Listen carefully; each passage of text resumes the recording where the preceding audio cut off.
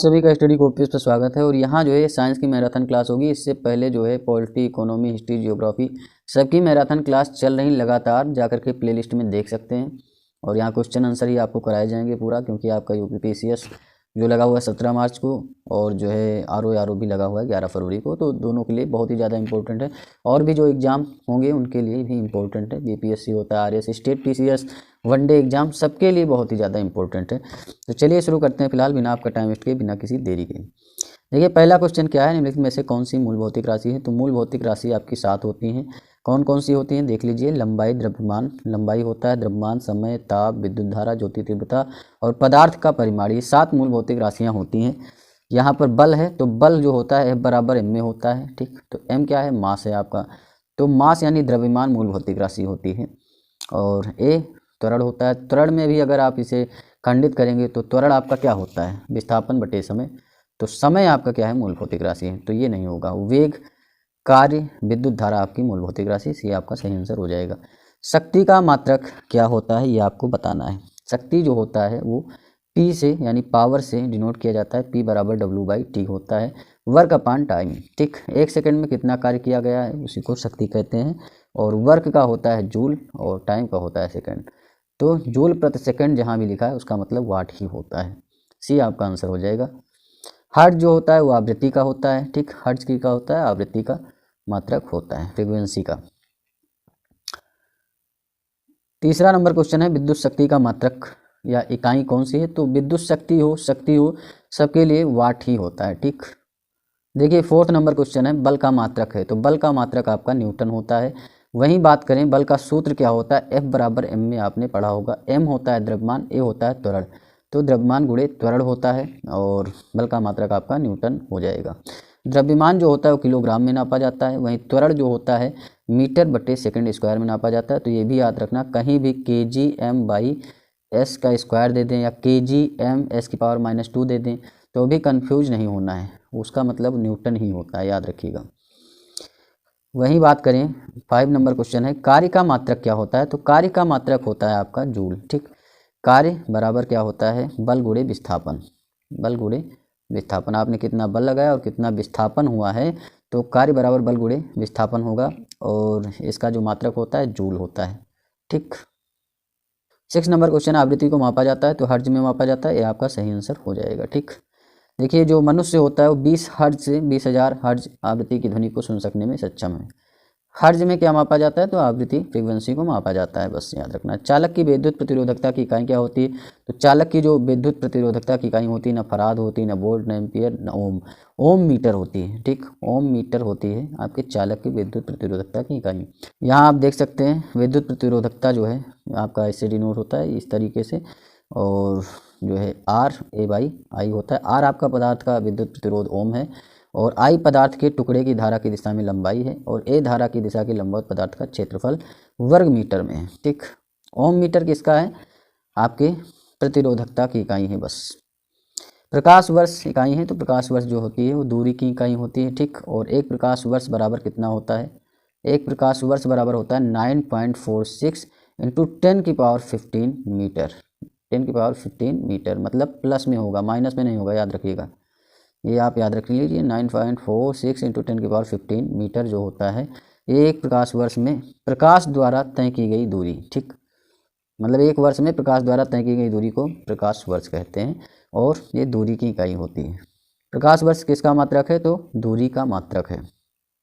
प्रकाश वर्ष होता है, देखिए प्रकाश वर्ष का मतलब ही होता है प्रकाश द्वारा एक वर्ष में चली गई दूरी। प्रकाश वर्ष निम्नलिखित की इकाई होती है, किसकी, दूरी की इकाई होती है। फिर से वही क्वेश्चन आ गया, प्रकाश वर्ष मात्रक है दूरी का।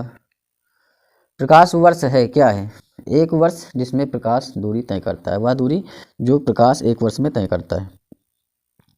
खगोलीय दूरियां प्रकाश वर्ष में मापे जाने का कारण निम्नलिखित में से कौन सा है।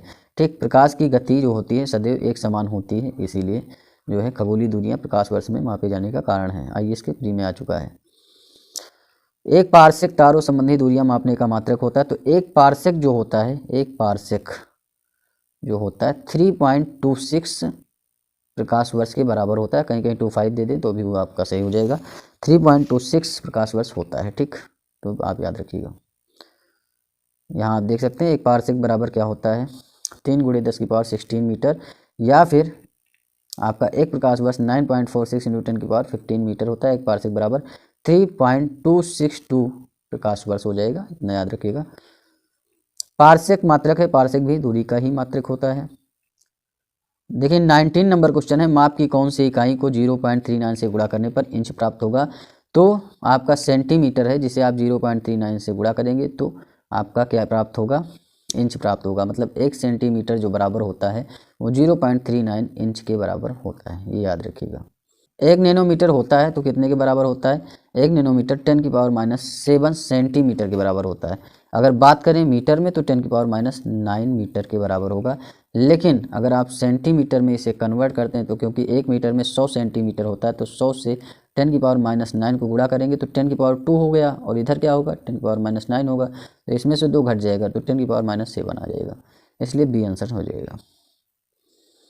आप देख सकते हैं यहाँ भी 22 नंबर क्वेश्चन है, 1 नैनोमीटर बराबर होता है 10⁻⁹ मीटर के बराबर होता है। सेंटीमीटर में 10⁻⁻ जो होगा 7 के बराबर होगा। एम्पियर मापने की इकाई है, तो एम्पियर आपकी विद्युत धारा मापने की इकाई होती है। ठीक, मेगावाट बिजली के नापने की इकाई है जो कि उत्पादित की जाती है। ठीक, जो उत्पादित बिजली होती है उससे मेगावाट में बिजली मापी जाती है। देखिए 25 नंबर क्वेश्चन, यहाँ सूची 1 को सूची 2 से सम्मिलित करना है। आपको पता है बल का न्यूटन होता है, कृतकार्य का जूल होता है, ठीक, त्वरण का मीटर/सेकंड² और आवेग का न्यूटन सेकंड। तो ए का आपका कितना हो जाएगा? ए का चौथा और बी का तीसरा। तो देख लीजिए आप, ए का चौथा एक ही में दे रखा है, डी आप ऐसे लगा दीजिए। जहाँ पर एक सिंगल पॉइंट में दे रखा है वो आपको ऐसे मिल जाएगा। 26 नंबर क्वेश्चन है, निम्नलिखित एसआई यूनिटों में कौन सी सही सुमेलित नहीं है, आपको बताना है। देखिए कार्य का जूल होता है, जाहिर सी बात है। बल का न्यूटन होता है, द्रव्यमान का किलोग्राम होता है, दाब का डाइन नहीं होता। डाइन सीजीएस पद्धति में होता है आपका बल का मात्रक। जो डाइन होता है वो बल का मात्रक होता है सीजीएस पद्धति में। डी आपका सही आंसर हो जाएगा, क्योंकि यही सुमेलित नहीं है। 27 नंबर क्वेश्चन है, निम्नलिखित में से किस राशि का मात्रक नहीं है? तो किस राशि का मात्रक नहीं है आपको बताना है। देखिए बल का मात्रक होता है, दाब का, प्रतिबल का भी, विकृति का कोई मात्रक नहीं होता। सी आपका राइट आंसर हो जाएगा। अब यहाँ पर आपको सुमेलित करना है सूची 1 को सूची 2 से। देखिए वाट क्या होता है? वाट आपका शक्ति का मात्रक है। कहीं विद्युत शक्ति भी लिखा है तो उसका मात्रक भी वाट ही होगा। नॉट क्या होता है? नॉट आपका होता है समुद्री जहाज की गति का मात्रक, नॉटिकल मील नौ संचालन का, और कैलोरी उष्मा का। तो ए जो है, ए का आपका 4 हो जाएगा और बी का तीसरा हो जाएगा। ए का 4, बी का तीसरा आपका सी में मिल रहा है। सी आपका राइट आंसर हो जाएगा। देखिए 29 नंबर, इसमें भी आपको सम्मिलित करना है, 5 दिए गए हैं इसमें। देखिए जूल क्या है? जूल आपका कार्य का है। ठीक, एम्पियर क्या है? एम्पियर आपके धारा का है। ठीक, वाट क्या है? वाट आपका क्या होता है? ये आपके सामर्थ्य का है, या शक्ति कह सकते हो, उसका होता है। वोल्ट जो होता है विभवांतर का होता है, कैलोरी जो होता है उष्मा का होता है। तो डी का 4, ई का 5 तो पक्का ही है, और ए का तीसरा और बी का पहला। ए का तीसरा ए में ही दे रखा है, बस वही सोच लीजिए, बस एक ही में आपको चीज़ें मिल गई। 30 नंबर क्वेश्चन है, निम्नलिखित में से कौन सा सुमेलित नहीं है आपको बताना है। नॉट जहाज की चाल की माप, एकदम सही। नॉटिकल मील नौ संचालन में प्रयुक्त दूरी की इकाई, ये भी एकदम सही है। एंगस्ट्रॉन प्रकाश के तरंग दैर्घ्य की इकाई, ये भी सही है। प्रकाश वर्ष समय मापन की इकाई नहीं, दूरी मापन की इकाई होती है। एक प्रकाश वर्ष 9.46 × 10⁻15 मीटर के बराबर होता है। ठीक, तो ये आपका गलत हो जाएगा, मतलब यही सही आंसर है। प्रकाश वर्ष समय का नहीं, दूरी का होता है। एंगस्ट्रॉन इकाई है किसकी है? तरंग दैर्घ्य की। ठीक, एक एंगस्ट्रॉन बराबर 10⁻⁻10 मीटर होता है, याद रखिएगा। एक हॉर्स पावर में कितने वाट होते हैं? तो 746 वाट होते हैं। अब यहाँ पर देख सकते हैं 1 वाट बराबर 1 जूल/सेकंड होता है। क्यों होता है? क्योंकि सामर्थ्य या शक्ति बराबर होता क्या? W/T होता है, वर्क अपॉन टाइम। वर्क मतलब जूल और जूल/सेकंड हो जाएगा आपका। तो जूल/सेकंड जो होता है वाट के बराबर होता है। एक अश्व शक्ति 746 वाट के बराबर होता है। अब यहाँ पर देखिए 33 नंबर क्वेश्चन है, यहाँ भी आपको मिलान करना है। उच्च वेग जो होता है मैक से नापा जाता है, सही। तरंग दैर्घ्य एंगस्ट्रॉन से, दाब पास्कल में, और ऊर्जा जूल में, सब सही। मतलब उसी तरीके से 1 2 3 4 आपको लगा देना है, ये आपका सी आंसर हो जाएगा। ठीक, आईएएस के प्री में, यूपीपीसीएस प्री में भी आया हुआ है। जूल ऊर्जा से उसी तरह संबंधित है जैसे पास्कल जो होता है वो दाब से संबंधित है या दबाव से संबंधित है। 1 माइक्रोन बराबर होता है, तो 1 माइक्रोन जो होता है तो किसके बराबर होता है? 1/1000 मिलीमीटर। ठीक, क्योंकि 1 माइक्रोन जो होता है, 1 माइक्रोन जो होता है वो 10⁻⁻6 मीटर के बराबर होता है। ठीक, याद रखिएगा। तो 1/1000 मिलीमीटर के बराबर होगा ये।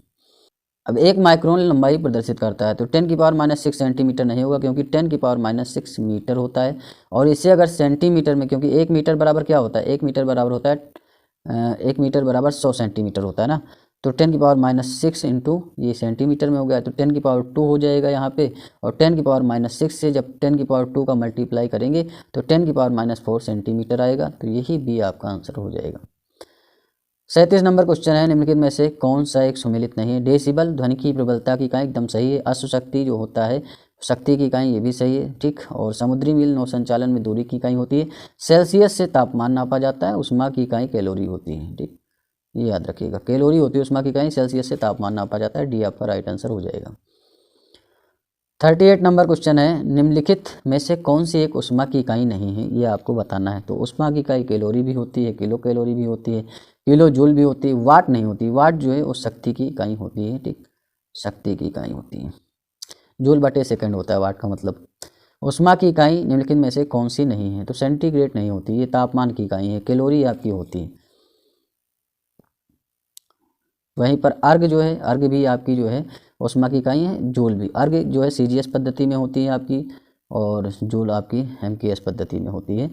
और आपका ठीक कैलोरी भी जो है उष्मा की इकाई है, लेकिन आपका जो सेंटीग्रेड हो तापमान की इकाई है। 1 किलोमीटर दूरी का तात्पर्य तो पता ही है, 1000 मीटर होता है, इसमें क्या ही बताना है। 1 पिकोग्राम किसके बराबर होता है, 10⁻12 ग्राम के बराबर होता है 1 पिकोग्राम, ये भी याद रखना। अब यहाँ पर देख सकते हैं 1 पिकोग्राम 10⁻12 ग्राम होता है, 1 माइक्रोग्राम 10⁻6 ग्राम, 1 फेम्टोग्राम 10⁻15 ग्राम, 1 मिलीग्राम 10⁻3 ग्राम, 1 नैनोग्राम 10⁻9 ग्राम होता है। पास्कल इकाई है, किसकी इकाई है, दाब की इकाई है। भी आपका राइट आंसर हो जाएगा। 43 नंबर क्वेश्चन है, दाब की इकाई क्या है, तो दाब की इकाई जो होती है आपकी न्यूटन बटे मीटर स्क्वायर होती है, तो न्यूटन बटे वर्ग मीटर राइट आंसर हो जाएगा। इसी को पास्कल भी कहते हैं, ठीक। दाब एक अदिश राशि होती है, ये भी याद रखना। किसी तल के इकाई क्षेत्रफल पर लगने वाले बल को दाब कहते हैं। दाब एक अदिश राशि है, दाब का मात्रक न्यूटन बटे मीटर स्क्वायर होता है, जिसे पास्कल कहते हैं। 44 नंबर क्वेश्चन है, दाब का मात्रक क्या है, तो दाब का मात्रक जो होता है वो पहले किलोग्राम बटे वर्ग सेंटीमीटर होता था, लेकिन अब नहीं होता है, अब होता है न्यूटन बटे मीटर स्क्वायर, न्यूटन बटे मीटर स्क्वायर। तो इसमें ये आपका आंसर हो जाएगा। पारिस्थितिक दबाव की इकाई क्या होती है, तो आपकी बार होती है। बार जो होता है, एक बार जो होता है वो 10⁵ पास्कल के बराबर होता है, ठीक, याद रखिएगा। 1 किलोग्राम सेंटीमीटर स्क्वायर दाब तुल्य होता है किसके, 1 बार के बराबर होता है। कहीं 1 किलोग्राम बटे सेंटीमीटर स्क्वायर अगर दे रखा है तो वो आपके 1 बार के बराबर होता है। अब यहाँ देख सकते हैं एक डाइन जो होता है वो आपका 1.02 इंटू 10⁻6 किलोग्राम, 1 बार 10⁻6 डाइन सेंटीमीटर स्क्वायर, इसलिए एक डाइन का मान बार के मान में प्रतिस्थापित करने पर 1.02 किलोग्राम बटे सेंटीमीटर स्क्वायर आएगा। देखिए 47 नंबर क्वेश्चन है, निम्नलिखित में से कौन सी अदिश राशि है। तो देखिए अदिश राशि और सदिश राशि का मामला ये होता है कि सदिश राशि वो राशि होती है जिसमें परिमाण के साथ साथ जो है दिशा की आवश्यकता होती है, उससे हम सदिश राशि कहते हैं। वहीं अदिश राशि होती है जिसमें सिर्फ परिमाण की आवश्यकता होती है, मतलब उसका माप तोल इससे संबंधित जो चीज़ें होती हैं वो सिर्फ अदिश राशि में होती हैं, उसमें दिशा की आवश्यकता नहीं होती है। तो बल क्या है, बल में जो है परिमाण के साथ साथ दिशा की भी आवश्यकता है। वहीं वेग है उसमें भी, त्वरण में भी, दाब होता है, दाब में कोई ज़रूरत नहीं होती कि जो है दिशा किधर आप लगा रहे हैं, दाब जो है एक अदिश राशि है। तो बी आपका राइट आंसर हो जाएगा। अब यहाँ आप देख सकते हैं जो आपकी सदिश राशि होती है बल, वेग, विस्थापन, त्वरण, संवेग, और वहीं राशियाँ जो आपकी अदिश राशि होती हैं आयतन, दाब, चाल, दूरी, ठीक, जिसमें जो है आपकी दिशा की आवश्यकता नहीं होती है। 48 नंबर क्वेश्चन है, विद्युत विभव के संदर्भ में निम्नलिखित कथनों में से कौन सा एक सही आपको बताना है। यह एक अदिश राशि है, ठीक, ये एकदम सही बात है। यह एक सदिश राशि है, तो ये गलत हो जाएगा, केवल एक है, ठीक। विद्युत विभव में सिर्फ जो है परिमाण की आवश्यकता होती है, न कि दिशा की। किसी बिंदु पर विद्युत विभव को प्रायः एक धन आवेश को अनंत से उस बिंदु तक लाने के लिए किए गए कार्य के रूप में परिभाषित किया जाता है। विद्युत विभव एसआई मात्रक जूल बटे कूलाम होता है। विद्युत विभव एक अदिश राशि, जबकि विद्युत क्षेत्र जो होता है वो एक सदिश राशि, ये याद रखिएगा। विद्युत विभव क्या है, एक अदिश राशि है, जबकि विद्युत क्षेत्र जो होता है वो एक सदिश राशि होती है। तेल का एक बैरल जो होता है 159 लीटर के बराबर होता है। लंबाई की न्यूनतम इकाई की बात करें तो आपका फर्मी मीटर जो होता है वो न्यूनतम इकाई होती है लंबाई की, क्योंकि इसमें न्यूक्लियस का जो त्रिज्या वगैरह होता है वो भी नापा जाता है। आप देख सकते हैं 1 माइक्रोन बराबर 10⁻⁻6 metre, 1 nanometre 10⁻⁹ metre, 1 angstrom 10⁻10 metre, वहीं 1 फर्मी मीटर 10⁻15 मीटर होता है। 51 नंबर क्वेश्चन है, यहाँ आपको मिलान करना है। क्यूसेक क्या होता है? क्यूसेक जो होता है वो प्रवाह की दर नापता है। बाइट जो होता है कंप्यूटर संबंधित है। रिएक्टर की बात करें तो रिएक्टर भूकंप की तीव्रता नापता है। बार दाब नापता है। 1 बार बराबर 10⁵ पास्कल होता है। अब ए जो है ए का तीसरा हो गया और वहीं बी का चौथा हो गया। तो ए का तीसरा, बी का चौथा आपका 2 में दे रखा है। अब तो सी भी देखिए, सी का दूसरा होगा। तो सी का दूसरा आपका सिर्फ और सिर्फ किसमें? बी में दे रखा है। बी आपका राइट आंसर हो जाएगा। क्यूसेक में क्या मापा जाता है? तो क्यूसेक में जो होता है वो जल का बहाव मापा जाता है। निम्नलिखित में से कौन एक वायुमंडल के ओजोन परत की मोटाई नापने वाली इकाई होती है? तो वायुमंडल के ओजोन परत की जो मोटाई नापती है वो आपकी डॉप्सन के द्वारा नापा जाता है। इसके द्वारा डॉप्सन के द्वारा। डॉप्सन इकाई का प्रयोग कहाँ किया जाता है? तो ओजोन परत की मोटाई नापने में किया जाता है। अब यहाँ मापक यंत्र और पैमाने के ऊपर क्वेश्चन आंसर किए जाएंगे। ठीक, देखिए पहला क्वेश्चन है, सोनार निम्नलिखित द्वारा प्रयोग में लाया जाता है किसके द्वारा? नौ संचालकों द्वारा। ठीक, जो आपकी डूबी वस्तुएं होती हैं समुद्र में उसकी खोजबीन करने के लिए जो नौ संचालक होते हैं सोनार का प्रयोग करते हैं। सोनार का फुल फॉर्म भी जरूरी होता है। साउंड नेविगेशन एंड रैंगिंग का प्रयोग जो होता है नौ संचालकों द्वारा किया जाता है। सोनार की सहायता से महासागर में डूबी हुई वस्तु की स्थिति जानने के लिए उच्च आवृत्ति मतलब हाई फ्रीक्वेंसी की जो पराश्रव्य तरंगे होती हैं महासागर की गहराई में भेजा जाता है। ये तरंगे उस वस्तु से टकराकर प्रतिध्वनि के रूप में लौट आती हैं, जिनकी सहायता से महासागर में डूबी हुई वस्तु की वास्तविक स्थिति के बारे में जानकारी मिल जाती है कि कितनी दूरी पर वो वस्तु है। महासागर में डूबी हुई वस्तुओं को जानने के लिए हम किसका प्रयोग करते हैं? सोनार का प्रयोग करते हैं। सोनार में हम उपयोग करते हैं किसका? पराश्रव्य तरंगों का प्रयोग करते हैं। ये याद रखिएगा, बहुत ही इंपॉर्टेंट है, यूपीपीसीएस मेंस में आ चुका है।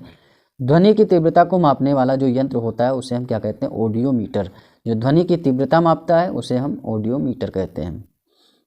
ऑडियोमीटर द्वारा ध्वनि की तीव्रता का मापन किया जाता है, जबकि एनीमोमीटर द्वारा वायु के वेग की माप की जाती है। क्रोनोमीटर एक ऐसा उपकरण है जो तापमान, आर्द्रता, वायुदाब आदि में परिवर्तन होने के बावजूद समय का पूर्ण परिशुद्धता के साथ मापन करता है। ऑडियोफोन दोषयुक्त श्रवण शक्ति में सुधार लाने के लिए प्रयोग किया जाने वाला उपकरण है। 5 नंबर क्वेश्चन है, एनीमोमीटर से निम्नलिखित में से किसका मापन किया जाता है? तो एनीमोमीटर जो होता है वो पवन वेग को मापता है। 6 नंबर क्वेश्चन है, वायु की गति निम्नलिखित के द्वारा नापी जाती है। एनीमोमीटर के द्वारा नापी जाती है। वहीं हाइड्रोमीटर जो होता है उससे जल का घनत्व नापा जाता है। बैरोमीटर से वायुमंडलीय दाब नापा जाता है, ये भी याद रखिएगा। अब देखिए यहाँ पर सुमेलित नहीं बताना है। एनीमोमीटर से वायु की चाल नापी जाती है, ठीक है। अमीटर जो होता है विद्युत धारा नापता है। पायरोमीटर उच्च ताप जो है नापता है। वहीं टेकियोमीटर जो होता है एक प्रकार का सर्वेक्षण उपकरण है जिसे क्षैतिज दूरियां, लंबवत उन्नयन दिशाओं के त्वरित मापन हेतु डिजाइन किया गया है। तो ये आपका सुमेलित नहीं है, ये आपका गलत हो जाएगा। पायरोमीटर जो होता है उच्च ताप नापता है, सी आपका राइट आंसर हो जाएगा। ठीक, अब यहाँ देख सकते हैं पायरोमीटर पूर्ण विकिरण उत्ताप मापी टोटल रेडिएशन पायरोमीटर की सहायता से अत्यधिक उच्च तापों की मापी जाती है। यह ताप मापी स्टीफन के नियम पर आधारित है, जिसके अनुसार उच्च ताप पर किसी वस्तु से उत्सर्जित विकिरण की मात्रा इसके परम ताप के चतुर्थ घात के अनुक्रमानुपाती होती है। मतलब ई प्रोपोर्शनल आपका T⁴ होता है। बस ये आप देख सकते हैं। 9 नंबर क्वेश्चन है, निम्नलिखित संयंत्रों में से किसका उपयोग अत्यधिक उच्च ताप को नापने में किया जाता है? तो आपका पायरोमीटर। निम्नलिखित तापमापियों में से किसे पायरोमीटर कहा जाता है? ठीक, तो विकिरण तापमापी जो होता है, विकिरण तापमापी, उसे हम पायरोमीटर कहते हैं। पायरीहिलियोमीटर का प्रयोग निम्न में से किसे नापने के लिए किया जाता है? तो ये सोलर रेडिएशन, ठीक, सोलर रेडिएशन नापने के लिए किया जाता है। सौर विकिरण की नापने के लिए प्रयुक्तः 2 प्रकार के उपकरण होते हैं, पायरेनोमीटर जो सौर विकिरण होता है और पायरीहिलियोमीटर, ये आपके होते हैं। मैनोमीटर के द्वारा किसकी माप की जाती है? गैसों का दाब जो होता है वो मैनोमीटर के द्वारा नापा जाता है। 14 नंबर क्वेश्चन है कि आपको यहाँ पर मिलान करना है। तो हाइग्रोमीटर सापेक्ष आर्द्रता नापता है, यह आपको पता होगा। बैरोमीटर वायुमंडलीय दाब नापता है। वहीं अगर एमीटर की बात करें तो एमीटर जो होता है आपका विद्युत धारा नापता है और स्प्रिंग भार नापता है। तो ए का तीसरा हो जाएगा और बी का चौथा। ए का तीसरा और बी का चौथा आपका, ए का तीसरा ही बी में दे रखा है और किसी में दे ही नहीं रखा। बस एमीटर से किसी विद्युत परिपथ में प्रवाहित होने वाली विद्युत धारा को नापते हैं, जबकि हाइग्रोमीटर वायुमंडल की आर्द्रता मापता है, स्प्रिंग तुला से भार और बैरोमीटर से वायुदाब। 15 नंबर क्वेश्चन है, निम्नलिखित युगों में कौन सा एक सही सुमेलित नहीं है। देखिए ओडोमीटर वाहनों के पहियों द्वारा तय की गई दूरी मापने का यंत्र है, एकदम सही है। ओंडोमीटर विद्युत चुंबकीय तरंगों की आवृत्ति मापने का यंत्र है, ये भी सही है। ऑडियोमीटर ध्वनि तीव्रता मापक युक्ति यंत्र है, ये भी सही है। एमीटर जो होता है वो विद्युत शक्ति मापक यंत्र नहीं होता है, वो विद्युत धारा मापक यंत्र होता है। तो ए डी आपका जो होगा वो सही आंसर हो जाएगा और सारी गलत, क्योंकि इसमें पूछा है कि सुमेलित नहीं है। एमीटर विद्युत धारा के मापन के लिए प्रयुक्त उपकरण है, ना कि विद्युत शक्ति के मापन के लिए। विद्युत धारा जो होता है एमीटर से नापा जाता है, याद रखिएगा, बहुत बार क्वेश्चन आ चुका है। वायुमंडलीय दाब को मापने में यंत्र का प्रयोग किया जाता है, बैरोमीटर का प्रयोग करते हैं। 18 नंबर क्वेश्चन है, साधारण बैरोमीटर में कौन सा द्रव प्रयोग होता है। तो ज़्यादातर पारा प्रयोग होता है, जल का प्रयोग भी किया जाता है, हवा का प्रयोग भी किया जाता है, लेकिन पारा का होता है। तो यहाँ तो पारा सही होना चाहिए फिलहाल, लेकिन जल भी होता है, तो इसीलिए जो है इसमें ये आपका क्वेश्चन मार्क दे दिया गया है। ठीक, दूध का अपेक्षिक घनत्व ज्ञात किया जाता है। तो जो घनत्व होता है अपेक्षिक घनत्व, लेक्टोमीटर से दूध का अपेक्षिक घनत्व जो है ज्ञात किया जाता है। तो लेक्टोमीटर से दूध की शुद्धता का मापन होता है, और ब्यूटीरोमीटर दूध या दुग्ध उत्पादों में वसा की मात्रा को मापने का उपकरण है। दूध के घनत्व को किसके द्वारा मापा जाता है। तो लेक्टोमीटर से नापते हैं। वायुमंडल की सापेक्ष आर्द्रता नापी जाती है, तो ये हाइग्रोमीटर से नापी जाती है। जो भी आर्द्रता है वो आपके हाइग्रोमीटर से नापी जाएगी। और लेक्टोमीटर पता ही है आपका, दूध का घनत्व या दूध की शुद्धता जो होती है वो लेक्टोमीटर से नापी जाती है, हाइग्रोमीटर से आर्द्रता मापी जाती है। हाइड्रोमीटर जो होता है जल का घनत्व नापता है, और पोटेशियोमीटर विभवांतर मापन का कार्य करता है। हवा में आर्द्रता को नापने के लिए कौन सा उपकरण प्रयोग में लाया जाता है। तो भैया हवा में जो आर्द्रता नापता है वो आपका हाइग्रोमीटर नापता है। जल का घनत्व हाइड्रोमीटर से नापा जाता है, ठीक, याद रखना।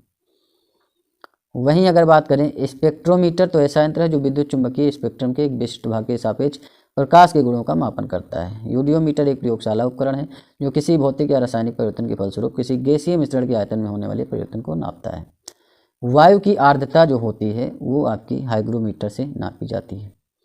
ठीक, जल का घनत्व आपका हाइग्रोमीटर से नापा जाता है। वातावरणीय आर्द्रता, आर्द्रता को मानंकित करने का उपकरण क्या होता है। हाइग्रोमीटर होता है, डी आपका आंसर हो जाएगा। आर्द्रता किस उपकरण से नापी जाती है। तो हाइग्रोमीटर से ही नापी जाती है। तो 27 नंबर क्वेश्चन है, निम्नलिखित में से कौन सा सही सुमेलित है। तो थर्मो रेजिस्टर जो होता है इलेक्ट्रॉनिक थर्मामीटर होता है, ये सही है बस। यूपी आरओ में प्री में आया हुआ है 2016 में। 28 नंबर क्वेश्चन जो है आपको मिलान करना है यहाँ पर सूची 1 को सूची 2 से। तो स्टेथोस्कोप जो होता है वो हृदय की ध्वनि सुनने के लिए उपयोग करते हैं, डॉक्टर लोग लगाते हैं, नहीं आला जिसे कहते हैं, तो उसी को स्टेथोस्कोप कहते हैं। तो एक आपका तीसरा हो जाएगा। स्फिग्नोमेनोमीटर जो होता है रक्तचाप जो होता है आपका खून का जो बहाव होता है उसे नापने के लिए उपयोग करते हैं, तो आपका 4 हो जाएगा। केरेटोमीटर जो होता है वो आपका सोने की शुद्धता नापता है, और लक्स मीटर प्रकाश की तीव्रता नापता है। तो ए का आपका कितना हो जाएगा, ए का तीसरा, बी का चौथा, तो 3 4 2 1 आप याद कर लीजिए बस। 3 4 3 4 3 4 सी में ही है, बस आगे सोचना है क्या है, सी लगा दीजिए बस। रक्तदाब नापने का यंत्र क्या है, स्फिग्नोमेनोमीटर। ठीक,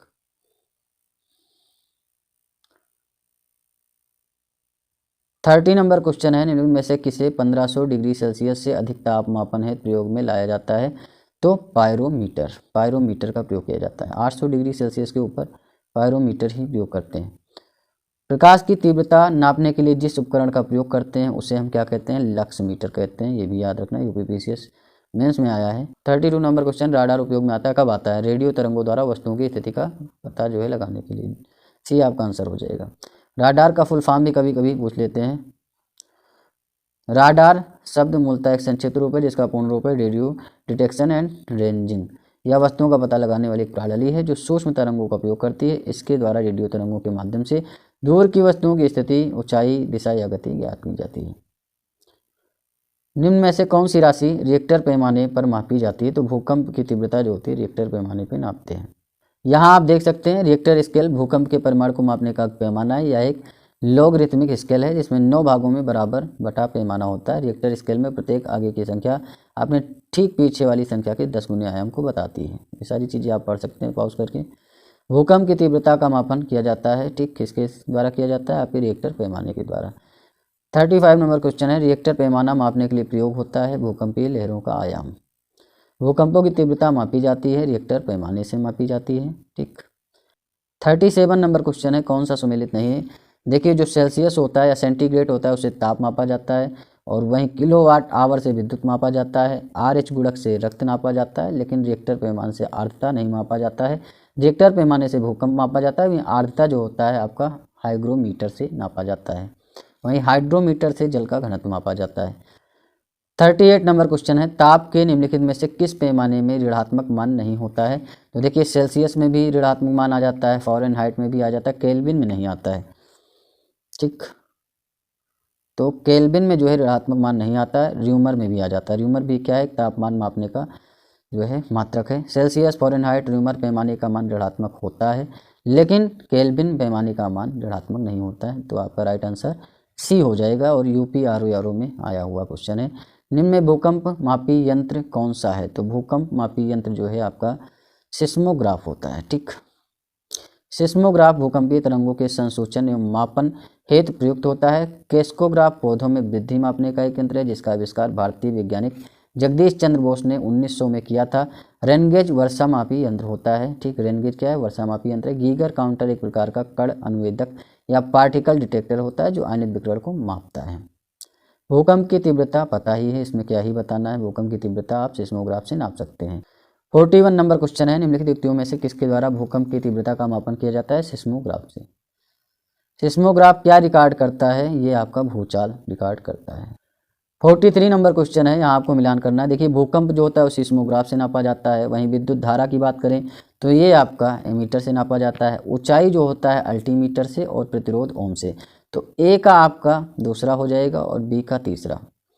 ए का दूसरा, बी का तीसरा और सी का पहला। तो ए में ही सही मिल रहा है, तो ए ही आपका राइट आंसर हो जाएगा।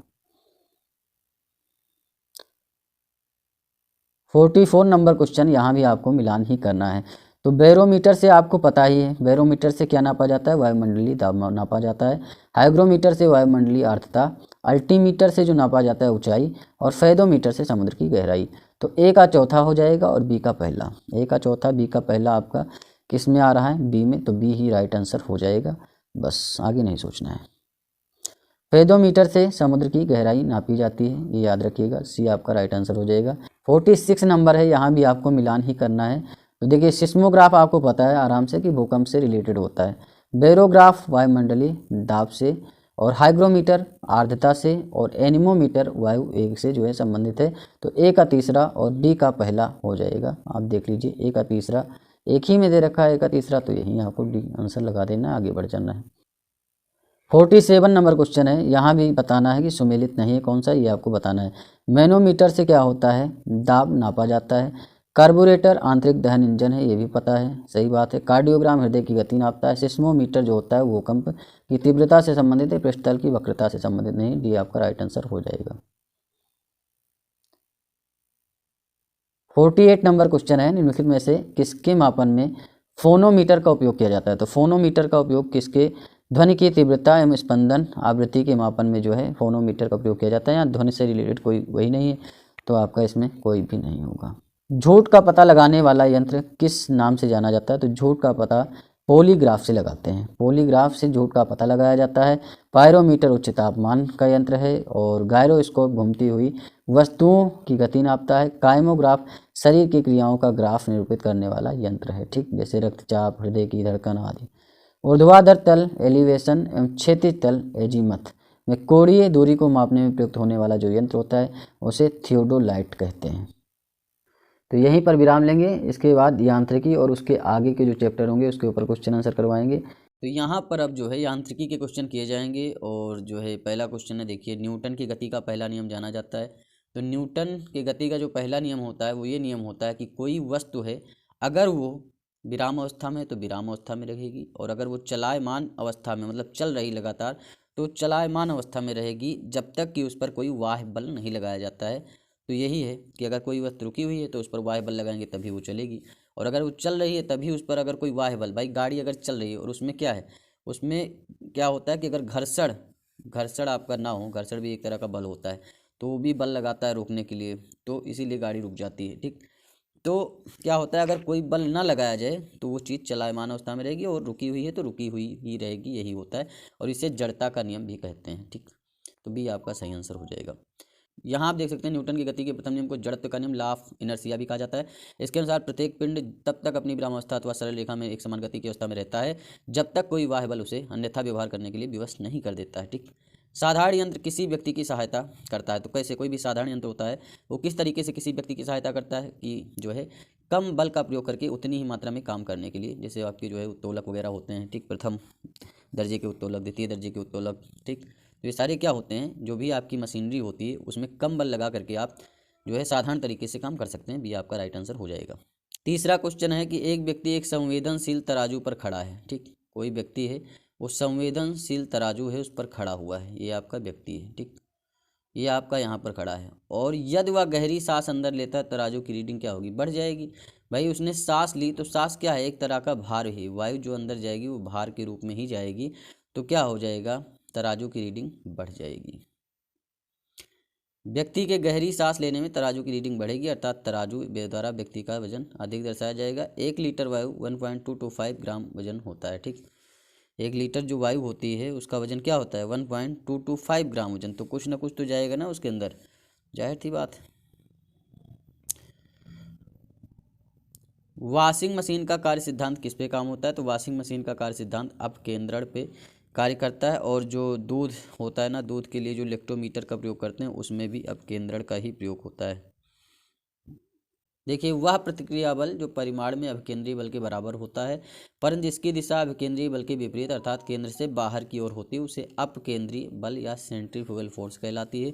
कपड़ा साफ करने की मशीन हो, दूध से मक्खन निकालने की मशीन हो, ये सब किस पे काम करते हैं, अपकेंद्रीय बल पर ही कार्य करते हैं। देखिए, प्रक्षालन मशीन की कार्य प्रणाली का सिद्धांत अपकेंद्रीकरण होता है, ये आपका राइट आंसर हो जाएगा। अब यहाँ बताना है आपको निम्नलिखित में से कौन सी राशि सदिश राशि नहीं है, ये आपको बताना है। देखिए, बल आपका क्या होता है, बल में परिमाण के साथ साथ दिशा की आवश्यकता होती है। विस्थापन में भी आपके परिमाण के साथ साथ दिशा की आवश्यकता होती है। देखिए, विस्थापन में क्यों आपके परिमाण के साथ दिशा की आवश्यकता होती है, जैसे कि आपने कोई वस्तु है, ठीक, और उसने जो है x किलोमीटर की दूरी तय की, उसके बाद फिर यहाँ पे आ गया, ठीक, उसने y किलोमीटर की दूरी तय की, फिर उसने z किलोमीटर की दूरी तय की, तो क्या हुआ, अपनी दिशा से जाता हुआ आखिरकार अपने स्थान पे आ चुका, तो उसका विस्थापन क्या है, शून्य है, मतलब वो शून्य जो है विस्थापन होगा उसका। लेकिन दूरी क्या होगी, दूरी में दिशा का कोई मैटर नहीं, दूरी में जो भी परिमाण है x + y + z, तो दूरी क्या हो जाएगी, x + y + z हो जाएगी, विस्थापन उसका शून्य हो जाएगा। तो विस्थापन में भी जो है दिशा की आवश्यकता होती है, वेग में भी दिशा की आवश्यकता होती है, आयतन में नहीं होती है। आयतन में सिर्फ परिमाण की आवश्यकता होती है, और जहाँ भी सिर्फ परिमाण की आवश्यकता है वहाँ आपका अदिश राशि होगा और अन्यथा सदिश राशि होगा। 7 नंबर क्वेश्चन है, निम्नलिखित में से कौन सी एक सदिश राशि है, तो दाब अगर किसी वस्तु पे डालते हैं तो उसमें दिशा का कोई मैटर नहीं है। कार्य अगर होता है तो उसमें भी दिशा का कोई मैटर नहीं, ऊर्जा का भी संवेग में होता है। ठीक, निम्नलिखित में से कौन सी सदिश राशि है, ये आपको बताना है। तो देख सकते हैं आप, विस्थापन क्या होती है, एक सदिश राशि होती है। समय, चाल, दूरी, ये सब आपकी क्या है, अदिश राशियाँ हैं। पदार्थ के संवेग और वेग के अनुपात में कौन सी भौतिक राशि प्राप्त होती है, तो आप ये समझ सकते हैं, जो आपका संवेग होता है, संवेग बराबर होता है द्रव्यमान गुणे वेग, द्रव्यमान गुणे वेग होता है। और जब आप इसे वेग से डिवाइड करेंगे, क्योंकि वेग के अनुपात से पूछा है, तो वेग से वेग कट जाएगा, बचेगा द्रव्यमान, तो सी आपका राइट आंसर हो जाएगा। यहाँ पर देख सकते हैं आप, P बराबर फिलहाल mb होता है, याद रखिएगा, और b से डिवाइड करेंगे तो b कट जाएगा, m बचेगा। बल गुणनफल होता है तो द्रव्यमान गुणे त्वरण, ठीक, F बराबर क्या होता है, m में होता है, ठीक, F बराबर m में। यदि किसी घन के आयतन और पृष्ठ क्षेत्रफल को निरूपित करने वाली संख्याएं समान हों तो उस घन के किनारे की लंबाई क्या होगी, ठीक, अगर घन का आयतन और उसका पृष्ठ क्षेत्रफल जो निरूपित करता है उसकी संख्या अगर समान है तो उसके घन की लंबाई जो होगी वो 6 होगी, याद रखिएगा आप, डी आपका आंसर सही हो जाएगा। अब यहाँ देख सकते हैं पूरी तरीके से, आइए इसमें आया हुआ क्वेश्चन है, घन का आयतन i³ है, ठीक, और वहीं पर घन का पृष्ठ क्षेत्रफल जो होता है 6i² होता है।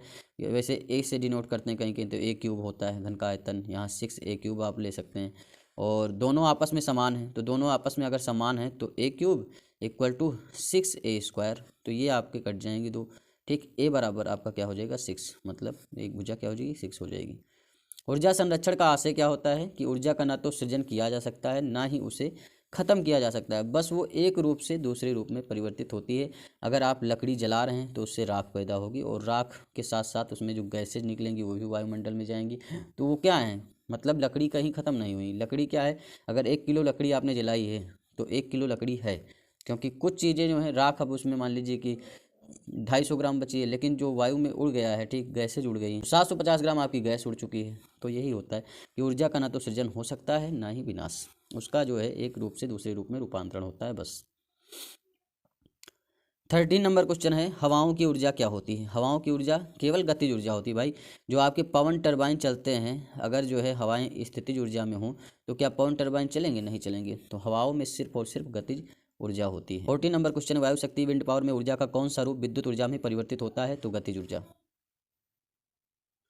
15 नंबर क्वेश्चन, एक ट्रेन जैसे ही चलना आरंभ करती है उसमें बैठे हुए यात्री का सिर पीछे की ओर झुक जाता है, तो ये किस कारण से होता है, गति के जड़त्व के कारण होता है।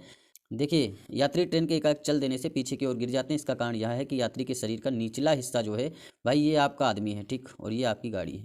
तो निचला हिस्सा क्या है, गाड़ी के संपर्क में है, ठीक, और जो आपका ऊपरी हिस्सा है वो स्थिरता के जड़त्व के कारण हवा में है। तो हवा में क्या होता है, वो तो आगे चला गया, लेकिन आपका सर क्या होता है, पीछे वाला हिस्सा पीछे चला जाएगा। तो इसे कहते हैं गति का जड़त्व, और ये न्यूटन का फर्स्ट लॉ होता है कि कोई जो चीज़ है वो अगर गतिमान अवस्था में तो गतिमान में ही रहेगी, और अगर रुकी हुई अवस्था में तो रुकी हुई अवस्था में रहेगी, जब तक कि उस पर कोई बाह्य बल न लगाया जाए। तो इसी तरीके से आप समझ सकते हैं। देखिए 16 नंबर क्वेश्चन है कि एक पूर्णतः घर्षणहीन पृष्ठ है, मतलब कंप्लीटली फ्रिक्शनलेस सरफेस है, उस पर एक खड़ा व्यक्ति है और वो सीटी बजाने से अपने को गति में ला सकता है। जाहिर सी बात है ला सकता है। फिलहाल तो घर्षणहीन अगर पृष्ठ है तो उस पर आदमी चल नहीं सकता है, लेकिन जब वो घर्षणहीन पृष्ठ है, मान लीजिए बर्फ़ है बहुत सारी, उस पर आदमी खड़ा हुआ है और उसने सीटी बजाई, तो सीटी में जितनी भी फोर्स लगाएगा वो, जितना भी वायु छोड़ेगा उस फोर्स से पीछे की तरफ हो जाएगा, ठीक। ये होता है कि न्यूटन का थर्ड लॉ है, क्रिया जो होता है प्रतिक्रिया। क्रिया जितना भी लग करेगा उसकी अपोजिट उसके ऊपर प्रतिक्रिया लगेगी। जैसे आप बंदूक चलाते हैं तो झटका लगता है, तो वही वाला सिस्टम इसमें भी लगेगा। तो आपका ए सही है। वहीं आर, यदि किसी तंत्र पर कोई बाह्य बल क्रियाशील नहीं है, कोई तंत्र इस पर बाह्य बल नहीं लग रही है, तो इसका संवेग एच जो होता है परिवर्तित नहीं हो सकता है। तो ये भी सही बात है, ठीक। तो दोनों सही हैं, लेकिन जो है आर एक सही स्पष्टीकरण नहीं है, बी का राइट आंसर हो जाएगा। 17 नंबर क्वेश्चन है, सड़क पर चलने की अपेक्षा बर्फ़ पर चलना कठिन है, क्योंकि देखिए जो आपका बर्फ़ होता है उस पर घर्षण जो होता है बहुत कम होता है, जबकि जो सड़क होती है उस पर पर्याप्त मात्रा में घर्षण होता है, जिसके कारण आप चल पाते हैं। तो बर्फ़ पे घर्षण कम होता है। पहला है कि बर्फ़ सड़क से सख्त है, ऐसा नहीं, सड़क बर्फ़ से भी सख्त वक्त वाला कोई मामला नहीं। सी है कि जब हम अपने पैर से धक्का देते हैं तो बर्फ़ कोई प्रतिक्रिया व्यक्त नहीं करती, ये भी गलत। बर्फ़ में सड़क की अपेक्षा घर्षण कम होता है, ये आपका सही है। ये आपका न्यूटन के तीसरे नियम के ऊपर भी होता है, क्रिया प्रतिक्रिया का नियम होता है, ठीक। 18 नंबर क्वेश्चन है, निम्न कथन पर तथा उससे निकाले गए निष्कर्ष पर विचार करिए तथा बताइए कौन सा निष्कर्ष सही है। भरी हुई गाड़ी जो है उसको चलाने में, जब उसे आप चलाते हैं और उसे चलायमान रखने के लिए आवश्यक ताकत से अपेक्षाकृत अधिक ताकत से धक्का देना पड़ता है। मतलब जब आप गाड़ी को चलाते हैं, स्टार्ट करते हैं, तो उसे ज़्यादा ताकत की आवश्यकता होती है, जबकि वो चलती रहती है तब जो है उसमें उतनी ताकत नहीं लगती है। तो कहने का मतलब ये है कि जब एक बार गाड़ी चल पड़ती है ना, तो उससे घर्षण की कम आवश्यकता पड़ती है, ठीक। उसका घर्षण क्या हो जाता है, कम हो जाता है। तो वो क्या होता है, स्पीड से चलती है। जब वो स्टार्ट होती है तो उसे ज़्यादा घर्षण का सामना करना पड़ता है, इसीलिए जो है अधिक ताकत अधिक धक्का देना पड़ता है। तो कहने का मतलब ये है कि जब आप स्टार्ट करेंगे गाड़ी तो उसमें ज़्यादा आपको ताकत या धक्का देनी पड़ेगी। देखिए 19 नंबर क्वेश्चन, एक मनुष्य स्थिर नाव से 5 मीटर प्रति सेकंड की चाल से कूदा और नाव 0.5 मीटर प्रति सेकंड की चाल से खिसक गई। बताइए कि नाव का द्रव्यमान मनुष्य के द्रव्यमान का कितना गुना है। तो यहाँ संवेग का नियम लगेगा। देखिए मान लीजिए कि जो व्यक्ति का द्रव्यमान है, जो व्यक्ति का द्रव्यमान है वो आपका m है, ठीक। वहीं नाव का द्रव्यमान आपका n है, ठीक। तो संवेग संरक्षण का इसमें नियम लगेगा। P बराबर आपका क्या होता है, mb माइनस mu, ये आपका होता है संवेग संरक्षण का नियम। जो आपका नाव से 5 मीटर प्रति सेकंड की चाल से वो कूदा है, ठीक, कौन, आपका मनुष्य, तो यहाँ 5b हो जाएगा और माइनस 0.5 u हो जाएगा, क्योंकि नाव खिसकी है। तो ये जो हुआ है क्रिया प्रतिक्रिया, ये आपका 0 हो जाएगा, ठीक, क्योंकि संवेग संरक्षण का नियम कहता है 0 हो जाएगा। और 5b माइनस 0.5 u बराबर आपका 0 हो जाएगा। तो आपका क्या हो जाएगा, 5b इक्वल टू 0.5 u, ठीक। और b अपान u की बात करें तो 0.5/5 हो जाएगा। और ये आपका क्या हो जाएगा, क्या कहते हैं, ये आपका यहाँ 10 हो जाएगा। यहाँ पर आपका ये पॉइंट हटा देंगे, आपका हो जाएगा 5 1/10 हो जाएगा। और जब इसे आप मल्टीप्लाई करेंगे ठीक, तो आपका क्या आ जाएगा, u बराबर 10b आ जाएगा, तो 10 गुना हो जाएगा, डी आपका आंसर हो जाएगा। एक ट्रक, एक कार, एक मोटरसाइकिल की गतिज ऊर्जाएं क्या है, समान है। समान अवरोधक बल लगाए जाएं तो वे क्रमशः एक्स वाई और जेड दूरी पर रुकेंगे। देखिए अगर वो एक समान गति से चल रहे हैं ठीक, और उन पे जो है समान अवरोधक बल लगे ठीक, घर्षण भी समान लगे, कोई रोकने वाली चीज़ वो भी समान लगे, तो वो एक ही दूरी पर जाकर रुकेंगे, एक्स वाई जेड आपका बराबर हो जाएगा। ये आर ओ प्री में आया हुआ क्वेश्चन है। दो समान द्रव्यमान की वस्तुओं की गतिज ऊर्जाओं का अनुपात 4:9 है, तो उनके वेगों का अनुपात क्या होगा। देखिए जो गतिज ऊर्जा होता है काइनेटिक एनर्जी, उसका सूत्र होता है फार्मूला 1/2 mv²। ठीक, m क्या है, मास है, v क्या है आपका वेलोसिटी है।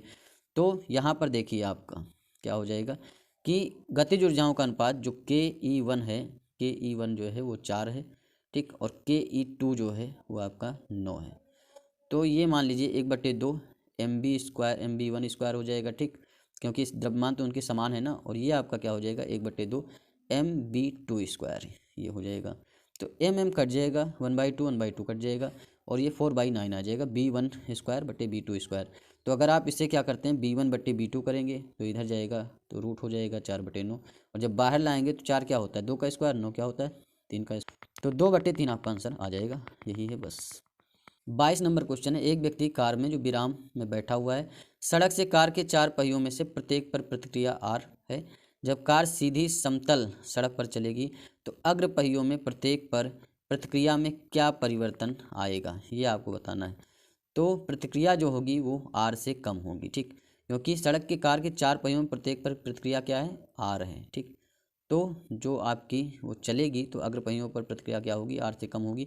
क्यों, क्योंकि जो है उस पर घर्षण लग रहा है इसलिए, क्योंकि किसी वस्तु में गतिक घर्षण अवलंब प्रतिक्रिया के समानुपाती स्थैतिक घर्षण से कम होता है।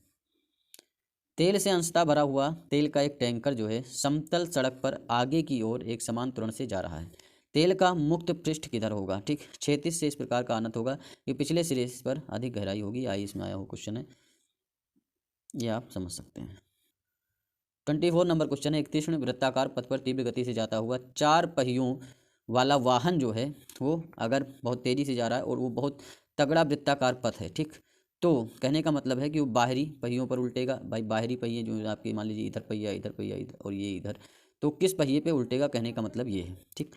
तो कि अंदर वाले पहिए पे उल्टेगा, अंदर वाले मतलब इस पे उल्टेगा, तो ये आपको बताना है। तो बाहरी पहियों पर ही उल्टेगा, क्योंकि वही पीछे से ऊपर उठ जाएंगी। जब आप चलेंगे तो ये पीछे से क्या होंगी ऊपर उठेंगी, तभी ये ट्रक उल्टेगा। तो बाहरी पहियों पर उल्टेगा, बाहर की तरफ फिसलेगा, अंदर की तरफ कुछ नहीं होगा, कहने का मतलब ये है। तो यहाँ पर आपका क्या हो जाएगा 1 और 3 आपका राइट आंसर हो जाएगा। देखिए त्वरण ज्ञात करने का सही सूत्र कौन सा है ये आपको बताना है। देखिए v बराबर होता है u + at। v क्या है, v अंतिम वेग है, u आपका इनिशियली जब स्टार्ट किया था उसका योग है, मतलब शुरू किया गया, जब आपकी गाड़ी चली तो शुरू का वेग u था, और जब आपकी गाड़ी रुकी तो वो आपका वेग अंतिम वेग जो था v था। a क्या है आपका त्वरण है, t आपका टाइम है। तो यहाँ आपको त्वरण का सही सूत्र बताना है। तो at बराबर क्या हो जाएगा b - u, और t बराबर b - u/a। तो b - u बराबर a जो होगा वो आपका b - u/t जो होगा वो आपका सही आंसर हो जाएगा, ए आपका राइट आंसर हो जाएगा। अब यहाँ स्थूल पदार्थों के गुण के ऊपर क्वेश्चन आंसर किए जाएंगे। वर्षा की बूंद की गोलाकार आकृति का कारण क्या है। तो जो वर्षा की बूंद होती है उसकी गोलाकार आकृति जो होती है उसका कारण होता है पृष्ठ तनाव, सरफेस टेंशन ठीक। ये आपका कई सारे एग्जाम में आ चुका है। अब यहाँ देख सकते हैं आप लोग कि किसी दिए गए आयतन के लिए गोलाकार आकृति के पृष्ठ का क्षेत्रफल जो होता है अन्य आकृतियों के पृष्ठ के क्षेत्रफल से कम होता है। पृष्ठ तनाव के गुण के कारण किसी द्रव का स्वतंत्र पृष्ठ न्यूनतम क्षेत्रफल घेरने का प्रयास करता है। भाई बाहर से प्रेशर लग रहा है तो द्रव की बूंदें क्या होंगी, सिकुड़ने का प्रयास करेंगे अपने आप में, तो इसीलिए जो वर्षा की बूंदें होती हैं गोलाकार होती हैं। तो पानी की बूंद गोलाकार क्यों होती है, तो पृष्ठ तनाव के कारण होती है। वर्षा की बूंदें गोलाकार होती हैं क्यों, क्योंकि जल में पृष्ठ तनाव होता है, सरफेस टेंशन होता है। द्रव बूंद की संकुचित होकर न्यूनतम क्षेत्र घेरने की प्रवृत्ति का कारण क्या होता है, ये आपका होता है सरफेस टेंशन, पृष्ठ तनाव। 5 नंबर क्वेश्चन है। नैनो द्रव्यों का सर्वाधिक महत्वपूर्ण गुण क्या होता है, ये होता है घर्षण ठीक। नैनो द्रव्यों का सर्वाधिक महत्वपूर्ण गुण घर्षण होता है। देखिए तेल जल के तल पर फैल जाता है, तो तेल का जो पृष्ठ तनाव होता है ना वो पानी से हमेशा कम होता है, इसी कारण जो होता है तेल आपका पानी के ऊपर फैल जाता है ठीक। ये भी आप याद रखिएगा। तेल का पृष्ठ या तल तनाव कह लो पानी की अपेक्षा कम होता है, तेल के जल के तल पर फैल जाने का यही कारण है। 7 नंबर क्वेश्चन है, मिट्टी का तेल पानी के ऊपर इसलिए तैरता है, क्यों तैरता है? क्योंकि मिट्टी के तेल का जो घनत्व होता है, डेंसिटी होती है, वो पानी के घनत्व से हमेशा कम होती है। तो बी आपका राइट आंसर हो जाएगा। 8 नंबर क्वेश्चन है, साबुन के बुलबुले के अंदर का दाब क्या होता है? जो साबुन का बुलबुला होता है, इसे आपका देखते हैं साबुन का बुलबुला, तो उसके अंदर का दाब जो होता है वायुमंडलीय दाब से क्या होता है? अधिक होता है, इसीलिए साबुन का बुलबुला बनता है। साबुन के घोल के बुलबुले बड़े इसलिए होते हैं क्योंकि जल में साबुन घोलने पर उसका पृष्ठ तनाव जो होता है वो कम हो जाता है। जब आप जल में साबुन घोलते हैं तो उसका पृष्ठ तनाव कम हो जाता है। बुलबुले के अंदर का दाब सदैव बाहर के वायुमंडलीय दाब से अधिक होता है। ठीक। 9 नंबर क्वेश्चन है, साबुन के दो भिन्न भिन्न व्यास के बुलबुलों को एक नली द्वारा एक दूसरे के संपर्क में लाया जाए तो क्या घटित होगा? तो एक दूसरे के संपर्क में जब आप छोटे बुलबुले को बड़े बुलबुले को लाएंगे तो अगर वो एक दूसरे के संपर्क में आते हैं तो छोटा वाला और छोटा हो जाएगा, बड़ा वाला और बड़ा हो जाएगा। ठीक। और ये सब किसके लिए होगा? ये आपके वायुमंडलीय दाब के प्रभाव में आकर होगा। बी आपका राइट आंसर हो जाएगा। अब यहाँ आप देख सकते हैं, किसी बुलबुले का आकार उसमें भरी गैस के दबाव तथा पानी की फिल्म की त्रिज्या तथा मोटाई पर निर्भर करता है। छोटे बुलबुले में गैस का दबाव बड़े बुलबुले की अपेक्षा अधिक होता है। जो छोटा बुलबुला है उसमें गैस का दबाव क्या है? अधिक है। अतः नली में एक दूसरे के संपर्क में लाए जाने पर छोटा बुलबुला और छोटा, क्योंकि उसमें दबाव क्या होगा? और ज़्यादा हो जाएगा तो छोटा हो जाएगा। जबकि बड़े बुलबुले पर जो होगा दबाव कम हो जाएगा तो और बड़ा हो जाएगा। बस। जब किसी साबुन के बुलबुले को आवेशित किया जाता है तो निम्न में से क्या घटित होता है? तो अगर साबुन का बुलबुला उसे आवेशित करेंगे तो त्रिज्या उसकी बढ़ जाएगी, और जब त्रिज्या बढ़ जाएगी तो बुलबुला क्या हो जाएगा? बड़ा हो जाएगा। 12 नंबर क्वेश्चन है, निम्नलिखित कथनों पर विचार कीजिए। यदि केशकत्व की परिघटना नहीं होती तो क्या होता? तो केरोसिन दीप का उपयोग करना मुश्किल हो जाता। जाहिर सी बात है, जो आप केरोसिन वाली दीपक जलाते हैं उसमें क्या होता है? बाती पड़ी होती है, फिर उसमें तेल जो है चढ़ता है तो दीपक जलता है। तो केशकत्व की घटना को कहते क्या है? मतलब जो है आप धीरे धीरे वो चढ़ता रहता है तेल, तो इसे केशकत्व कहते हैं। तो ये आपका सही है। कोई मृद पेय का उपयोग करने के लिए स्ट्रा का प्रयोग नहीं कर पाता, तो ऐसा नहीं, वो केशकत्व की क्रिया पर काम नहीं करता है आपका स्ट्रा। वो तो आप मुंह लगा करके खींचते हैं ना, तो उसका केशकत्व से कोई लेना देना नहीं, ये गलत हो जाएगा। स्याही शोक पत्र काम करने में विफल हो जाता, तो स्याही शोक पत्र है वो भी केशकत्व की घटना पर ही आधारित है, ये भी सही है। बड़े पेड़ जिन्हें हम अपने चारों ओर देखते हैं पृथ्वी पर नहीं उगते, बिल्कुल सही बात है। बड़े पेड़ जो होते हैं वो भी केशकत्व के कारण ही बड़े होते हैं। ठीक, क्योंकि उनमें हर चीज़ प्रोटीन विटामिन सब पहुंचता रहता है और खटाखट ऊपर भागते रहते हैं। तो 1 3 4 हो जाएगा सही। अब यहाँ देख सकते हैं सारी चीज़, बहुत कम भीतरी व्यास वाली कांच की नली को केशिका नली कहते हैं। जब हम केशिका नली को किसी द्रव में इस प्रकार सीधा खड़ा रखते हैं कि इसका एक सिरा द्रव की सतह के नीचे और दूसरा ऊपर हो, तो प्रायः द्रव इस नली में कुछ ऊंचाई तक चढ़ जाता है। यदि नली कम लंबाई की होगी तो द्रव अधिक से अधिक ऊपर की ओर जाएगा, किंतु बाहर निकलकर गिरता नहीं है। ठीक, द्रवों का केशिका नली में इस प्रकार का चढ़ना ही या गिरना जो है केशिकत्व कहलाता है। और यह घटना जो होती है द्रव तथा नली के कणों के बीच परस्पर आसंजन बल के कारण होती है, मतलब उनमें आसंजन बल होता है। पेड़ पौधों की जड़ों की बारीक शाखाएं केशिका नलियों की भांति ही कार्य करती हैं, तो जाहिर सी बात है, और ये सब आप पढ़ सकते हैं पूरा। 13 नंबर क्वेश्चन है, निम्नलिखित में से किस एक के लिए केशिकत्व एकमात्र कारण नहीं है? तो स्याही सोखना कारण है। ठीक, भूमिगत जल का ऊपर चढ़ना ये भी कारण है। सूती कपड़ों पर जल की बूंद का फैलना ये भी कारण है। पौधे की जड़ों से जल का इसके पर्ण समूह की ओर बढ़ना ये कारण नहीं है। ठीक, दैनिक जीवन में जो ये सारी चीज़ें आप देख सकते हैं, पौधे के जड़ों से जल के इसके पर्ण समूह की ओर बढ़ने के लिए केशिकत्व के अतिरिक्त प्रस्वेदन है, ससंजन है आदि क्रियाएं भी उत्तरदायी हैं। मतलब केशिकत्व भी है लेकिन उसके साथ प्रस्वेदन और ससंजन भी है। बत्ती वाले स्टोव में केरोसिन की बत्ती ऊपर चढ़ने का कारण क्या है? वो भी आपका क्या है? पृष्ठ तनाव, सरफेस टेंशन। एक गैस नली में जल की अपेक्षा एक तरल अधिक ऊंचाई तक चढ़ता है। जो जल की अपेक्षा क्या है? तरल जो है अधिक ऊंचाई तक चढ़ता है, तो इसका कारण क्या है? तरल का पृष्ठ तनाव जो है वो जल की अपेक्षा क्या है? ज़्यादा है। तो अगर पृष्ठ तनाव किसी चीज़ का ज़्यादा है तो ज़्यादा दूरी तक चढ़ेगा, कहने का मतलब ये है। डी आपका राइट आंसर हो जाएगा। गैस नली में तरल अपने पृष्ठ तनाव के अनुपात में चढ़ता है। जिस तरल का पृष्ठ तनाव जितना ज़्यादा होगा वह उतनी ऊंचाई तक चढ़ेगा। जब किसी झील की तली से उठकर वायु बुलबुला ऊपरी सतह तक आएगा तो उसका आकार बढ़ जाएगा। क्यों बढ़ जाएगा? क्योंकि अगर वो झील के अंदर है तो वहाँ पर वायुमंडलीय दाब ज़्यादा है, लेकिन वो जैसे जैसे झील के बाहर आएगा वायुमंडलीय दाब कम होगा तो उसका आकार बढ़ता चले जाएगा। तो ये आपका राइट आंसर हो जाएगा। 17 नंबर क्वेश्चन है, ताप बढ़ने के साथ द्रव की श्यानता क्या हो जाती है? घटती रहती है। याद रखिएगा, ये बहुत ही ज़्यादा इंपॉर्टेंट है। द्रव का वह गुण जिसके कारण द्रव अपनी भिन्न भिन्न परतों में होने वाले सापेक्ष गति का विरोध करता है, श्यानता कहलाती है। ठीक, द्रवों की श्यानता ताप बढ़ने पर घट जाती है। यही कारण है कि जून माह में जो सीरा होता है वो जनवरी माह की तुलना में कम श्यान होता है। सबसे ज़्यादा श्यानता किस में होती है? तो शहद में। शहद में सबसे ज़्यादा श्यानता होती है। ठीक, जो द्रव जितने अधिक गाढ़े होते हैं, जितने अधिक आपके गाढ़े द्रव होंगे वे उतने ही अधिक श्यान होते हैं। शहद और ग्लिसरीन की श्यानता पानी की तुलना में अधिक होती है। ठीक, श्यानता का क्रम क्या है, जैसे शहद है, फिर खून है, फिर जल है, फिर वायु है। ठीक, तो ये याद रखिएगा, बहुत ही ज़्यादा इंपॉर्टेंट है। कुछ तत्वों की श्यानता की बात अगर की जाए, जैसे जल है, ठीक, तो डिग्री सेल्सियस 20 से 100 है श्यानता, 1 से 3। ठीक, 20 है तो 1 और 100 है तो 0। जितना ज़्यादा ताप होगा उतनी श्यानता उनकी क्या हो जाएगी, घट जाएगी। याद रखिएगा भाई, 100 डिग्री सेल्सियस है तो 0.3 इसकी श्यानता होगी। 20 डिग्री सेल्सियस पे 1 थी। वहीं रक्त है 37, आपका जो है 37 डिग्री सेल्सियस इसका तापमान है तो 2.7 इसकी श्यानता है, मतलब जल से ज़्यादा है। मशीन का तेल है 16 से 38 तक जाता है, अगर 16 डिग्री है तो 113 श्यानता है इसकी, वहीं अगर 38 है तो 34। ग्लिसरीन का जो है 830 श्यानता है, सोचिए ग्लिसरीन इससे ज़्यादा है। वहीं शहद का 200 होता है, वायु का सबसे कम होता है। 19 नंबर क्वेश्चन है, हवाई जहाज़ से यात्रा करते समय पेन से स्याही निकलने लगती, क्यों? क्योंकि वहाँ वायु दाब की कमी हो जाती है। इसे पेन है आपकी, ठीक, यहाँ आप हैं तो यहाँ वायु दाब इसके ऊपर लग रहा है चारों तरफ से, तो इसकी क्या है, अंदर गाढ़ा पदार्थ जो है वो भरा रहेगा क्योंकि वायु दाब है। लेकिन जब आप आसमान में पहुँचेंगे तो वहाँ वायु दाब इस पर ख़त्म हो जाता है, और जब वायु दाब ख़त्म हो जाता है तो जो है वायु दाब की कमी के कारण इससे स्याही निकलने लगती है। आपका राइट सही आंसर हो जाएगा। 20 नंबर क्वेश्चन है, ऑटोमोबाइल के हाइड्रोलिक ब्रेक के कार्य करने का सिद्धांत क्या है? तो ये पास्कल के नियम पर काम करता है। Hydraulic brake, hydraulic press, hydraulic lift pascal के नियम पर आधारित हैं।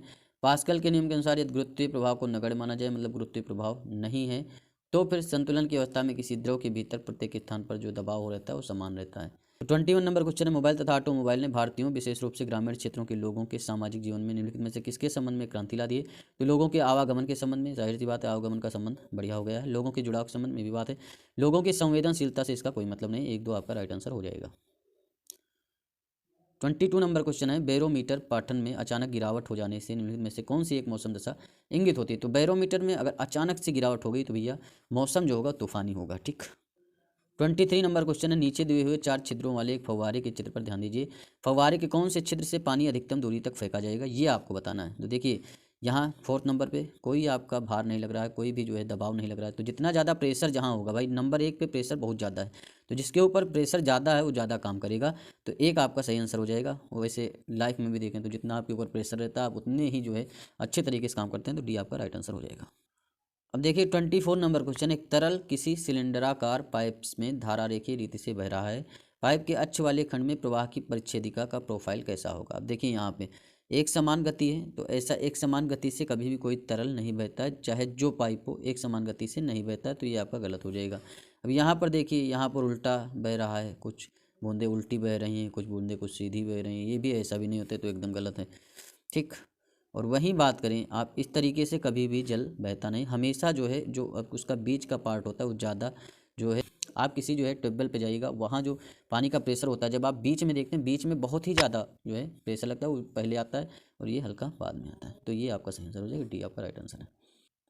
और थ्योरी के हिसाब से देखें, थ्योरी के हिसाब देख लीजिए, धारा रेखीय गति में पाइप के पास परतों की गति जो होती है, जो पाइप के पास परत होते हैं, ये पाइप है, इसके पास जो परत होगी उसकी गति जो होती है न्यूनतम होती है, और जैसे जैसे पाइप से जो आपकी पानी की गति दूर जाती है, तरल की या फिर पाइप की, तो वो जो होती है उसकी परतों की गति बढ़ती जाती है।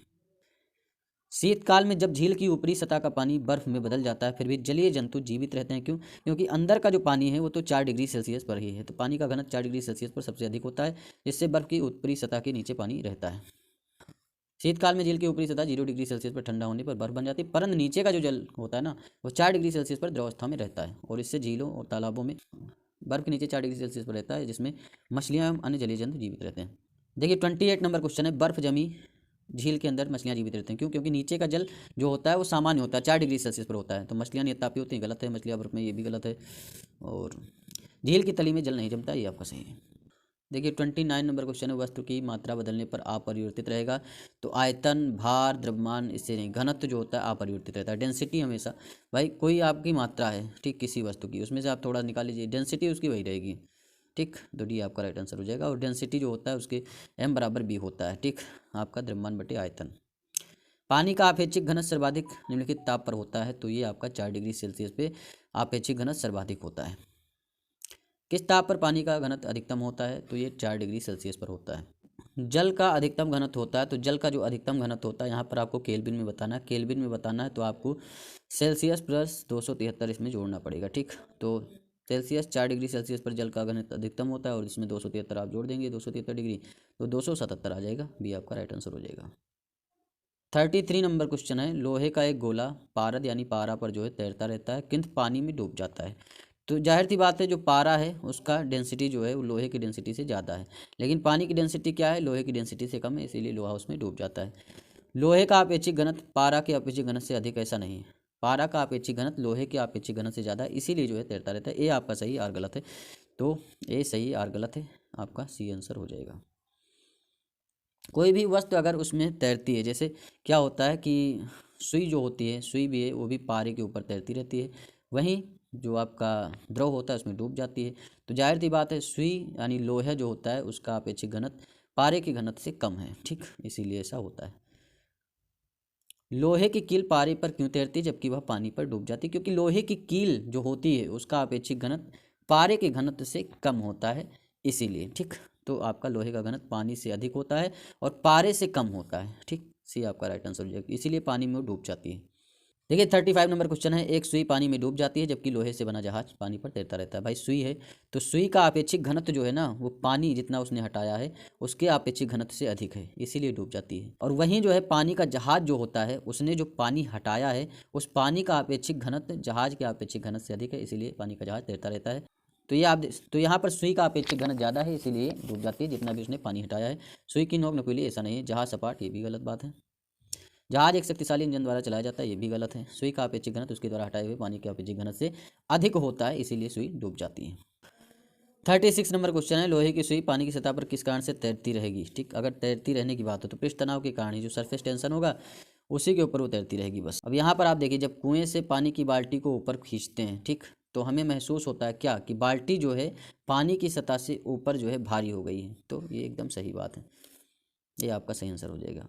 आर्किमिडीज का प्लवन सिद्धांत जो है, किसी भी वस्तु का भार पानी में कम होता है और पानी की सतह से ऊपर अधिक। भाई वो चीज़ जब डूबी हुई है तो उसमें क्या है, वो आपको भार हल्का लगेगा, लेकिन जैसे ही पानी से आपने बाहर उठाया वो वायु में आ गया तो फिर उसका भार अधिक लगने लगेगा, यही चीज़ होती है। एक भारहीन गुब्बारे में 200 ग्राम जल भरा गया है, इसका जल में भार शून्य हो जाएगा, ठीक। जो कि आर एरो मीन्स में आया है। अब यहाँ आप समझ सकते हैं, जब कोई वस्तु जल में आंशिक या पूर्ण रूप से डुबोई जाती है तब उसके भार में कमी आ जाती है, या आभासी कमी उसके द्वारा हटाए गए द्रव के भार के बराबर होती है। अब चूंकि गुब्बारे में जल के अंदर ऊपर तथा नीचे दोनों ओर उत्प्लावन बल लगे हैं, तब जल में गुब्बारे का भार माइनस उत्प्लावक बल हो जाएगा 200 - 200, यानी जो है जल में गुब्बारे का जो भार है शून्य हो जाएगा। मथने के पश्चात क्रीम का दूध से पृथक हो जाना क्या कहलाता है? तो ये अपकेंद्रीय बल के कारण होता है। बादलों के वायुमंडल में तैरने का कारण क्या होता है? बादल क्यों तैरते हैं वायुमंडल में? एक घनत्व के कारण तैरते हैं। गर्मी के दिनों में वायुमंडल में उपस्थित जलवाष्प गर्मी पाकर गर्म होती है, जिससे जलवाष्प का घनत्व घटता है। घनत्व घटने के कारण जलवाष्प हल्की होकर ऊपर उठती है। वायुमंडल के ऊपरी भाग में दाब एवं ताप कम होने के कारण ये जलवाष्प फैलती है और पानी की छोटी छोटी बूंदों में परिवर्तित होकर तैरती रहती है, इसी को बादल कहते हैं। निम्नलिखित में से कौन सा तत्व सबसे पहले कृत्रिम रूप से उत्पादित किया गया है? तो आपका टेक्नीशियम उत्पादित किया गया है। 42 नंबर क्वेश्चन है, समुद्र में प्लावन करते हुए आइसबर्ग का कितना भाग समुद्र की सतह से ऊपर रहता है? तो 1/9 भाग जो होता है ऊपर रहता है, और 8, जैसे 9 भाग है तो 8 भाग नीचे रहेगा, 1 भाग ऊपर रहेगा, कहने का मतलब ये है। 43 नंबर क्वेश्चन है, पानी के एक गिलास में एक बर्फ का टुकड़ा तैर रहा है, जब बर्फ पिघलती है तो पानी के स्तर पर क्या प्रभाव होगा? तो पानी के स्तर पर कोई प्रभाव नहीं होगा, क्योंकि बर्फ जो होगा अपने भार के बराबर ही स्थान घेरती है, तो उतना ही रहेगा, ठीक। ये आर्किमिडीज का सिद्धांत है।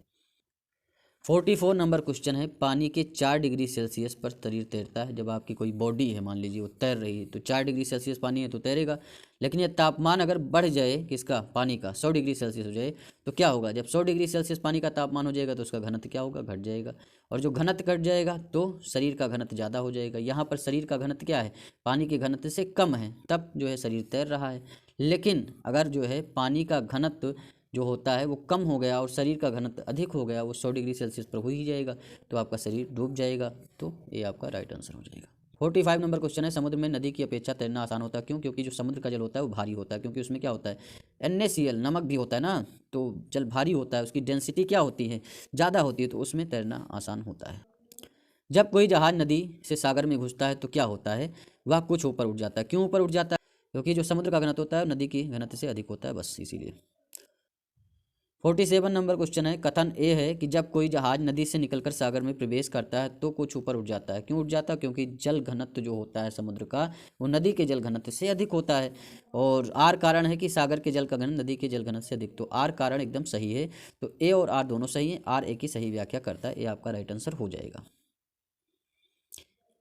48 नंबर क्वेश्चन है, स्थित विज्ञान निम्नलिखित में से किससे संबंधित है? तो ये आपके विश्राम की गति से संबंधित है। ठीक, तो यहाँ पर हम विश्राम लेंगे। साइंस जो है वो आपका 4 से 5 लेक्चर में कंप्लीट हो जाएगा मैराथन। जो भी प्रीवियस ईयर क्वेश्चन आए हैं, ठीक, वो सारे क्वेश्चन यहाँ करवा दिए जाएंगे, जो कि बहुत ही ज़्यादा हेल्पफुल रहेंगे आपके जो है यूपी पीसीएस में, आरओ में, सब में। तो करंट अफेयर की फुल एनिमेटेड क्लासेज आने वाली हैं, तो आपको आपकी मतलब की सारी चीज़ें यहाँ पर करने वाली हैं। चैनल को सब्सक्राइब करिए, वीडियो को लाइक करिए। मिलते हैं नेक्स्ट वीडियो में। धन्यवाद, थैंक यू, शुक्रिया।